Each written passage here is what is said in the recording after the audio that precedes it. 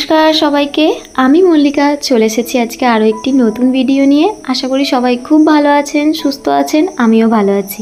তো সকলকে সুপ্রভাত জানিয়ে আজকের ভিডিওটি শুরু করি চলুন। আজ বুধবার, সকাল এখন 8:30, আর এখন আমি চলে এসেছি ঠাকুরের থালা বাসনগুলো নিয়ে মাজার জন্য। আর আপনাদেরকে তো আমি আগের ভিডিওতে বলেইছি যে 8টার সময় অফিস বের হয়, ও বেরিয়ে যাওয়ার পর তারপর আমি ঠাকুরকে সেবা দিই, কারণ সকাল থেকে এতটাই ব্যস্ততার মধ্যে কাটে, তাই ও যখন বেরিয়ে যায় তারপর ধীরে সুস্থে আমি ঠাকুরকে সেবা দিই, তারপর আমি নিজে খাওয়া দাওয়া করি। তো এখন ঠাকুরের থালা বাসনগুলো মেজে নিচ্ছি, এগুলো মাজা হয়ে গেলে ঠাকুরের সেবাটা দিয়ে দেব, তারপর কি আমি নিজে খাওয়া দাওয়া করবো আর কি। আর আজকের ওয়েদারটাও ছিল বেশ ফুরফুরে, জানেন আগের দিন আপনাদের বলেছিলাম যে ওয়েদারটা বেশ সুন্দর আছে। আসলে বেশ কয়েকদিন হচ্ছে আকাশে মেঘ ধরছে, মাঝে মধ্যে বেশ ফুরফুরে হাওয়াও দিচ্ছে, তার কারণে বেশ একটু ভালো লাগছে, কারণ এত গরম পড়েছিল যে এর মাঝে একটু যখন হাওয়া দিচ্ছে বেশ ভালো লাগছে। আর এখন চলে এসেছি রান্নাঘরে, আমি একটু তরকারি বসিয়ে গিয়েছিলাম, ওদিকে ঠাকুরের বাসনগুলো মাজা ধোয়া হয়ে গিয়েছে, ওটাকে ঠাকুর ঘরে রেখে চলে এসেছি। আর বেশ কয়েকটা সিটি পড়ে গিয়েছে, তাই আমি তাড়াহুড়ো করে চলে এসেছি এখানে, এসে দেখি হ্যাঁ তরকারিটা হয়ে গিয়েছে। তো তারপর এখন একটা বাটির মধ্যে তুলে নিচ্ছি আর মায়েদেরকে দিতে যাব বলে। আসলে আমার শাশুড়ি মায়েরা সকালবেলা মুড়ি খান, তার জন্য একটু অল্প করে ওনাদের জন্য একটু তরকারি করি, তো সেটাই এখন দিয়ে আসতে যাব। আর সাথে ঠাকুরকে সেবা দেওয়ার জন্য কয়েকটি তুলসী পাতা তুলে নিয়ে আসবো।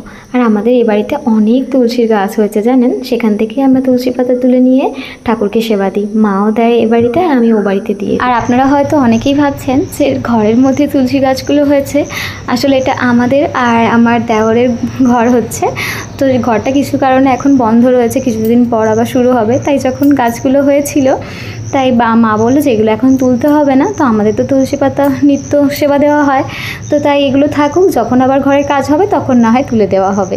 আর গাছগুলো দেখেছেন এত বড় হয়ে গেছে, আর এখানে মাটি ফেলা রয়েছিল ঘরের মধ্যে, তাতে বেশ জোর পেয়ে গাছগুলো বড় বড় হয়েছে। আর এখান থেকেই রোজ আমরা তুলসী পাতা নিয়ে গিয়ে সেবা দিয়ে থাকি ঠাকুরকে। আর ওদিকে দাঁড়ান, আপনাদেরকে আমি একটু ফুল গাছগুলো দেখাই আমাদের এখানে হয়েছে। এই জায়গাটাতে আমি আগের বছর আমার জেঠুর থেকে বেশ কয়েকটা দোপাটি চারা নিয়ে এসেছিলাম, এখানে 8-10টা মতো এখানে গাছ বসিয়েছিলাম। আর আমাদের ওই বাড়িতে যেখানে আমরা থাকি এখন, সেই বাড়িতে 8-10টা গাছ বসিয়েছিলাম, কিন্তু ওখানের একটা গাছও হয়নি, সব গাছ মরে গিয়েছিল। কিন্তু এইখানে যে গাছগুলো আমি বসিয়েছিলাম এত ফুল ফুটেছে যে হয়তো তখন যদি আমি ভিডিও করে দেখাতাম আপনাদের ভালো হতো, তবে সেই ভিডিও তো নেই আমার কাছে, তবে ভীষণ ফুল হয়েছিল। আর তার থেকে দানা হয়েছিল, সেই দানা পরে এত গাছ ফুটেছে। আর তাছাড়া আমি দানা তুলেও রেখেছিলাম আলাদা করে। আর ওই জায়গায় যেখানে চারা ফুটেছে সেখানে একটা হলুদ গাছও বসানো রয়েছে। তারপর এদিকে পেঁপে গাছগুলো হয়েছে, সেগুলো বড় হয়ে গিয়েছিল। তো চলুন গিয়ে এবার সেবাটা দিয়ে নিই। আর সেবা দেওয়া হয়ে যাওয়ার পর আমি এখন চলে এসেছি রান্নাঘরে, দেখতে পাচ্ছেন। আর আমি এখন ছাতু নিয়ে বসে পড়েছি, আর সকালবেলা ছাতু খাওয়ার অভ্যাসটা আমার আছে। আর আরও একটা ব্যাপার হচ্ছে, সকাল সকাল উঠে এসে আমি এই জানালার ধারে দাঁড়িয়ে দাঁড়িয়ে ছাতুটা খাই, আর তারপর গিয়ে বিছানাটা গুছিয়ে নিই। তারপর এবার সারাদিনের কাজকর্ম তো রয়েইছে। আর একটা ব্যাপার হচ্ছে, আমি যখনই ভাবি ধরুন যে এবার কাজকর্ম আমার সব মিটে গিয়েছে, 11টার মধ্যে সব মোটামুটি মিটে যায়, তো তারপর গিয়ে একটু বসবো। আর মা যেহেতু দুপুরে রান্নাটা করে নেয়, তাই আমার দুপুরে রান্না বান্নাটা থাকে না। কিন্তু যেই ভাবি যে এখন হয়তো একটু বসে আমি একটু ফোন দেখতে যাব কি, তখনই হয়তো মনে পড়ে যে এই কাজটা আমার করা হয়নি এখনও। মানে টুকটাক কাজ সারাদিন লেগেই থাকে। আর এদিকে দেখুন, জানালা দিয়ে দেখি হঠাৎ করেই এই ঝটপটওয়ালা কাকুটা আসছেন, আর এত সুন্দর ঝটপট বানান। আর সপ্তাহে 2 থেকে 3 দিন আসেন, আমি এনার থেকে ঝটপট নিই, তাই আজকে আপনাদের সাথে শেয়ার করলাম ওনার ভিডিওটা। তো একদিন উনি কীভাবে ঝটপট বানান সেটাও আমি আপনাদের সাথে শেয়ার করব। আর দুপুরে বললাম আমি রান্না করি না, কিন্তু আজকে আবার রান্না বসাচ্ছি, হয়তো সেটা ভাবছেন। আসলে সকালের দিকে একটু বোন এসেছিলো এদিকে, আর ওকে দিয়ে আমার বাপি চিংড়ি মাছ পাঠিয়ে দিয়েছে, মানে যেহেতু বাড়ির জন্য কিনছিল আর দেখেছে যে ও এদিকে আসবে, তাই আমার জন্যও পাঠিয়ে দিয়েছে। আর চিংড়ি মাছ খেতে আমি ভীষণ ভালোবাসি, আর বাপি সেটা জানে, সে কারণে আমার জন্য কিনে পাঠিয়ে দিয়েছে। তো বলেছে রান্নাটা তুই করে নিস, আর মা বেছে ধুয়ে দিয়েছে। আর যেহেতু বোন তাড়াহুড়ো করছিল, তাই রান্নাটা করে দিতে পারেনি, তা না হলে রান্না করেই পাঠায়। বোনের যেহেতু তাড়া ছিল, তাই বোন এসে দিয়ে গেছে আর কি কাঁচা মাছটাই। আর মা এই চিংড়ি পোস্তটা ভীষণ সুন্দর বানায়, মায়ের থেকেই শেখা আর কি। আর এই চিংড়ি পোস্তটা বানানোও খুব সহজ আর খুব তাড়াতাড়ি হয়ে যায়। আপনারা তো দেখতে পেলেন যে কড়াইতে আমি তেল দিয়ে দিয়েছিলাম আর তার মধ্যে কয়েকটা কাঁচা লঙ্কা চিড়ে দিয়েছিলাম আর পেঁয়াজ আর কাঁচা লঙ্কা ভাজা হয়ে এসেছিল। এর মধ্যে আমি এখন পোস্তটা যেটা বেটে রেখেছিলাম আর পোস্তর মধ্যে আমি কিছুটা জল মিশিয়ে রেখেছিলাম যাতে তাড়াতাড়ি এটা মিশতে সুবিধা হয় আর কি। আর জলটা দেওয়ার পর 2 থেকে 3 মিনিট মতো এটাকে একটু ফুটিয়ে নিয়েছি। আর এর মধ্যে আমি এখন স্বাদ মতো একটু নুন দিয়ে দিলাম আর সাথে সামান্য একটু চিনি দিলাম, এতে স্বাদ পুরো দ্বিগুণ হয়ে যায়। আর আমি নিঃসন্দেহে আপনাদেরকে বলতে পারি যারা চিংড়ি মাছ ভালোবাসেন তারা এইভাবে একবার রান্না করে দেখবেন, ভীষণ সুন্দর খেতে হয়। আর কথা বলতে বলতে এদিকে আমার গ্রেভিটা ফুটে এসেছে। এর মধ্যে আমি এখন যে কাঁচা মাছগুলো ধুয়ে রাখা ছিল সেগুলো এর মধ্যে দিয়ে দিচ্ছি। আর এখানে হ্যাঁ অবশ্যই চিংড়ি মাছটাকে ভাজবেন না, কাঁচাই দেবেন, এতে টেস্টটা বেশি সুন্দর আসে। ভাজলে টেস্টটা খারাপ হয়ে যায়, মানে আমি যতটা দূর দেখেছি আর কি। এটাতে কাঁচা মাছটাই ব্যবহার করবেন, বেশ সুন্দর খেতে হবে। তো তারপর কিছুটা জল প্রয়োজন হচ্ছিল, আমি জল দিয়ে দিয়েছিলাম কারণ আমরা একটু গ্রেভি ভালোবাসি। এটা দিয়ে ভাতটা মেখে খেতে ভীষণ ভালো লাগে, যার জন্য আমি একটু জল দিয়ে ওটাকে ভালোভাবে একটু সামান্য ফুটিয়ে নেব। খুব একটা বেশি সময় লাগে না চিংড়ি মাছ সিদ্ধ হতে, আপনারা তো জানেনই। তাই আমি আপনাদেরকে একটা কথাই বলবো যে যারা চিংড়ি মাছ ভালোবাসেন তারা এভাবে একবার বাড়িতে বানিয়ে খাবেন আর কমেন্টে আমাকে অবশ্যই জানাবেন যে কীরকম খেতে হয়েছে। আর এটা যেহেতু আমার খুব পছন্দের একটা রেসিপি তাই আপনাদের সাথে যতটা পারলাম শেয়ার করার চেষ্টা করলাম। তবে আমি আপনাদেরকে আবারও একবার বলবো যে আপনারা বাড়িতে যারা চিংড়ি মাছ ভালোবাসেন এইভাবে একবার চিংড়ি মাছ রান্না করে দেখবেন, আমি নিঃসন্দেহে বলতে পারি আপনাদের ভালো লাগবে।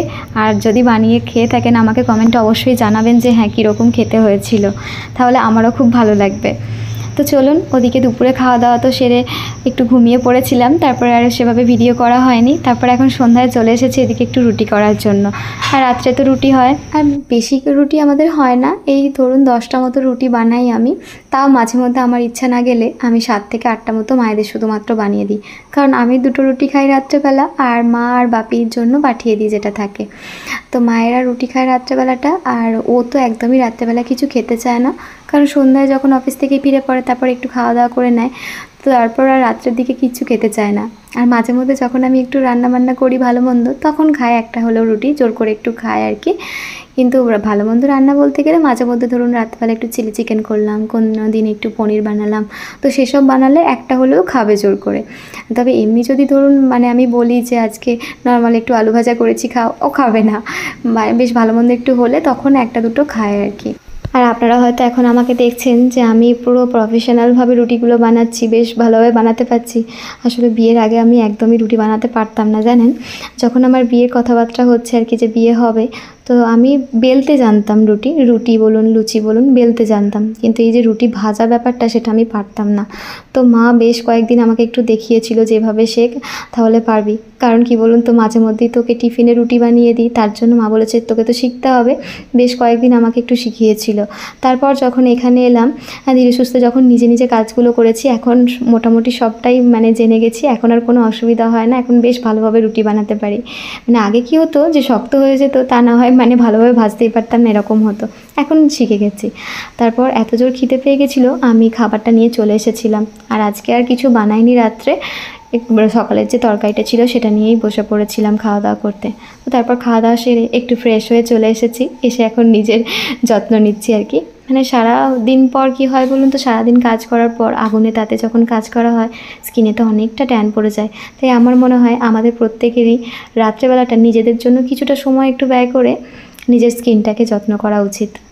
আর আপনাদের কাছে আমার একটি প্রশ্ন ছিল, আমার মতো যারা হাউসওয়াইফ রয়েছেন তারা সারাদিন এত কাজকর্ম করার পর কিভাবে নিজেদের চুলের যত্ন করেন সেটা আমাকে একটু কমেন্টে জানাবেন। কারণ কি বলুন তো, আমার এত হেয়ার ফল হচ্ছে, আর সাথে কি বলুন তো চুলটা ভীষণ ড্যামেজ হয়ে গিয়েছে। আমি ভেবেছি স্পা করাবো, তারপর হয়তো চুলটা একটু ভালো হবে। তবে আমার মনে হয় ঘরোয়া কোনো পদ্ধতি জানলে হয়তো বেশি ভালো হবে। আপনাদের যদি কোনো মানে টিপস জানা থেকে থাকে তাহলে আমাকে কমেন্টে একটু জানাবেন, আমার অনেকটা উপকার হবে। তো চলুন, অনেক স্কিন কেয়ার করলাম, এদিকে আমি একটু আমার ডিজাইনের দিকে মন দিই। আর এখন বাজে রাত 9:30, এক্ষুনি তো আর মানে শুয়ে পড়ছি না। আর ও একটু বাইরের দিকে আছে, বাইরের দিকে বলতে গেলে আমাদের এই বাড়ির পাশেই একটা মাচা রয়েছে, সেখানে ওর বন্ধুরা সবাই মিলে আসে, সবাই মিলে গল্প গুজব করে, তো ওখানেই আছে, কিছুক্ষণ পরও চলে আসবে। তাই আমি এই সময়টা আর ফোন দেখতে খুব একটা বেশি ভালো লাগে না, তাই বসে বসে একটু ডিজাইন বানাই, এটা আমার ভীষণ পছন্দের একটা কাজ। তো আজকেও একটা দেখতেই পাচ্ছেন স্কেচ পেন দিয়ে আমি ডিজাইন করছি, আর একটা বর্ডার ডিজাইন আলপনা করেছি। কেমন হয়েছে আমাকে কমেন্টে অবশ্যই জানাবেন। তো চলুন আজকের ভিডিওটি এখানেই শেষ করছি। ভিডিওটি কেমন হয়েছে কমেন্টে আমাকে অবশ্যই জানাবেন, আর ভালো লাগলে একটি লাইক করে দেবেন। আর যারা আমার ভিডিও নতুন দেখছেন তাদের উদ্দেশ্যে বলি, তাদের যদি এই ধরনের ভিডিও ভালো লেগে থাকে তাহলে আমার চ্যানেলটি সাবস্ক্রাইব করে পাশে থাকবেন প্লিজ। আর যারা ফেসবুক থেকে দেখছেন তাদের উদ্দেশ্যে বলি তারা আমার পেজটি ফলো করে রাখতে পারেন।